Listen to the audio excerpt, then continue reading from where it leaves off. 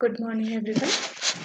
आज के लेक्चर में हम नेक्स्ट टैब जो कि इंसर्ट टैब है माइक्रोसॉफ्ट वर्ड में, उसके बारे में बात करेंगे। होम के बारे में हमने पिछले लेक्चर्स में बात की है। अब हम आज पढ़ेंगे इंसर्ट टैब के बारे में। जिस तरीके से और दूसरी टैब्स में ग्रुप्स बने हुए हैं, उसी तरीके से इंसर्ट टैब में भी डिफरेंट फंक्शनैलिटीज़ के लिए डिफरेंट ग्रुप्स क्रिएटेड हैं। जैसे अगर हम पहला ग्रुप देखते हैं तो वह है हमारा पेजेस का ग्रुप। इसमें 3 ऑप्शन हैं, cover page, blank page and page break.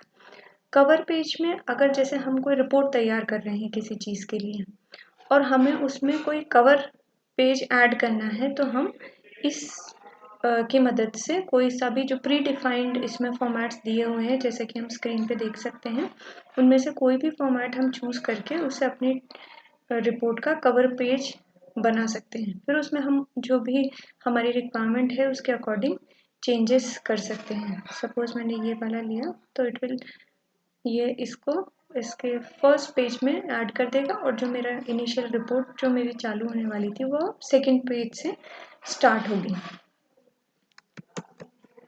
अब हम दूसरा चीज़ देखते हैं, ब्लैंक पेज। अगर हमारी जो भी हम कोई डॉक्यूमेंट तैयार कर रहे हैं उसके अंदर कहीं पर हमें ब्लैंक पेज और ऐड करना है, बीच में कहीं पे भी इंसर्ट करना है, तो जहाँ भी हमें ऐड करना हो वहाँ पर कर्सर लेकर जाना है और इस पर क्लिक करते ही वो एक नया ब्लैंक पेज ऐड होकर आ जाएगा, जहाँ पर हम अपना जो भी मैटर है वो लिख सकते हैं। फिर आता है हमारा पेज ब्रेक। इसको समझाने के लिए पहले हम कोई पैराग्राफ यहाँ पर कॉपी करेंगे। जैसे ये हमने कॉपी किया है, यहाँ पर कंप्यूटर के बारे में हम कुछ लिखा हुआ है। अब पिछले होम टैब में जाकर पहले हम इसे जो हमने सीखा है जस्टिफाई करेंगे ताकि थोड़ा ठीक लगे। उसके बाद जैसे इंसर्ट टैब में पेज ब्रेक ऑप्शन है कि अगर मुझे किसी डॉक्यूमेंट का प्रिंट लेना है, जैसे ये यहाँ पर जो लिखा हुआ है मैटर, जो पैराग्राफ लिखा हुआ है, अगर मुझे इसे नेक्स्ट पेज में चाहिए तो मैं पूरा ऐसे ले जाने के बजाय सिर्फ यहाँ पर एक पेज ब्रेक इंसर्ट कर दूंगी, जिससे वो नेक्स्ट पेज में अपने आप ही चला जाएगा, और जब इस डॉक्यूमेंट का हम प्रिंट लेंगे तो अब हमें नेक्स्ट पेज में दिखाई देगा। फिर हमारा नेक्स्ट ग्रुप जो आता है वो है टेबल का। अगर हमें हमारे डॉक्यूमेंट में किसी भी तरीके की टेबल ऐड करनी है, जैसे इसमें जैसे ही हम कर्सर को लेकर जाएंगे तो ये हमें बताएगा कि कौन सी टेबल ऐड होने वाली। 3x1 मतलब 3 कॉलम्स एंड 1 रो। अगर मैं आगे जाती हूँ 3x3 टेबल, यानी इसमें ऐड होगा, पहले हम यहाँ कर्सर ले आते हैं ताकि साफ दिखाई दे। इसमें है हमारी 5x3 यानी 5 कॉलम्स हैं और 3 रोज हैं। जैसी भी हमें रिक्वायरमेंट हो हम वैसी टेबल को ऐड कर सकते हैं, उनके रोज बढ़ा सकते हैं, कॉलम्स बढ़ा सकते हैं, और ज़रूरी नहीं कि हमें अभी ही सारे फिक्स्ड होने चाहिए। एक बार टेबल ऐड करने के बाद भी हम उसमें कोई सा भी कॉलम या रो को ऐड कर सकते हैं। फिर हमारा नेक्स्ट ग्रुप आता है, ये फिर जैसे हमने टेबल ऐड करी तो उसमें ये डिफरेंट डिज़ाइंस हैं कि हमें किस टाइप की डिज़ाइन अपनी टेबल में चाहिए, वैसे ही हम यहाँ पर डिज़ाइन सेलेक्ट करके उसको अपने डॉक्यूमेंट में इंसर्ट कर सकते हैं। फिर हम देखते हैं नेक्स्ट ऑप्शन है इलिस्ट्रेशंस वाला ग्रुप। इसमें अगर हमें अपने जो डॉक्यूमेंट जो हम रिपोर्ट जो बना रहे हैं उसके अंदर कुछ भी अगर पिक्टोरियल वे में शो करना है, उसमें हमें कुछ पिक्चर्स, क्लिप आर्ट, शेप्स कुछ इंसर्ट करनी है, तो ये वाला ग्रुप उन सब चीज़ों में हमारी हेल्प करता है। सबसे पहले हम ऑप्शन देखेंगे पिक्चर का ऑप्शन। पिक्चर ऑप्शन में जैसे ही हम उस पर क्लिक करेंगे तो ये हमारा विंडोज़ एक्सप्लोरर को खोल देता है, जो कि हमें ऑप्शन देता है कि जहाँ पर भी हमारी पिक्चर सेव्ड है, सपोज हम डेस्कटॉप में गए, वहाँ पर कंप्यूटर में गए और फिर मैंने यहाँ पे कुछ इमेजेस सेव की हुई हैं, तो ये इमेज हम यहाँ पर ला सकते हैं। जहाँ पर भी हमें इमेज लानी है सबसे पहले हमारा कर्सर उस जगह होना चाहिए, उसके बाद हमें पिक्चर पर क्लिक करना है इंसर्ट में, और वहाँ से हम वो पिक्चर सेलेक्ट करनी है। एक बार पिक्चर सेलेक्ट करने के बाद भी आप उसमें बहुत सारे ऑप्शंस हैं जिनकी मदद से आप उसे फॉर्मेट कर सकते हैं। एडिट पिक्चर का ऑप्शन, इसमें कैप्शन इंसर्ट करना हो तो वो भी किया जा सकता है।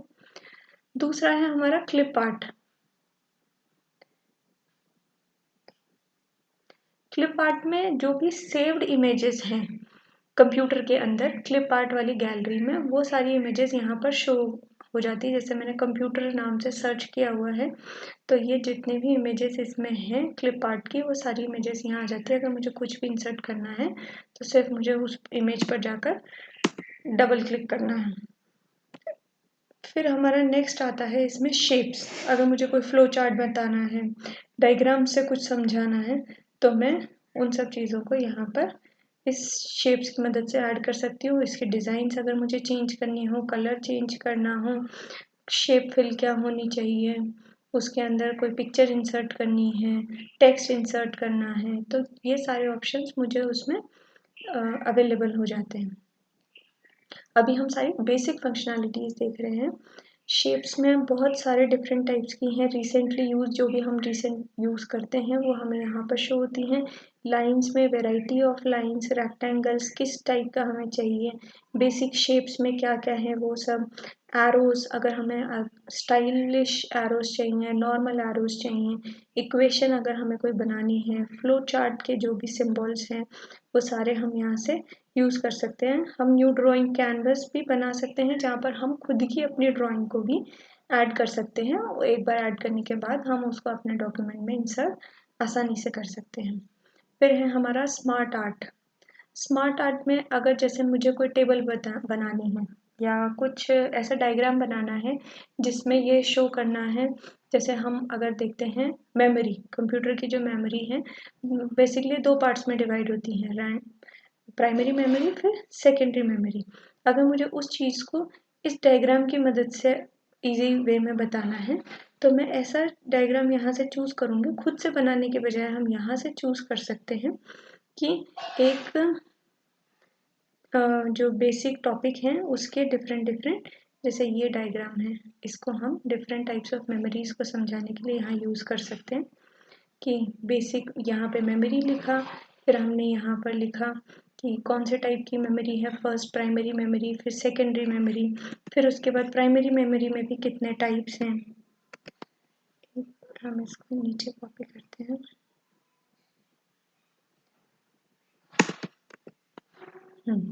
जैसे यहाँ हमने मेमोरी लिखा, फिर यहाँ पर हम लिखेंगे प्राइमरी मेमोरी, यहाँ हम लिखेंगे सेकेंडरी मेमोरी,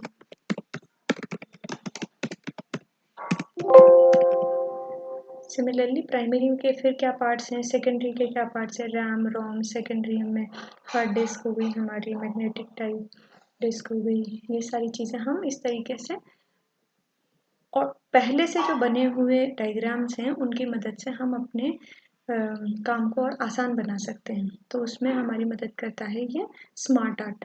फिर है चार्ट्स। अगर हमें किसी भी डेटा को शो करना है तो और उसे चार्ट की फॉर्म में शो करना है तो यहाँ वैरायटी ऑफ चार्ट्स हमें अवेलेबल हैं। Line charts, column charts, pie charts, bar charts, area charts, जो भी हमें सूटेबल हो हमारे डॉक्यूमेंट के अकॉर्डिंग उसे हम यहाँ पर ऐड कर सकते हैं और शो कर सकते हैं डायग्राम।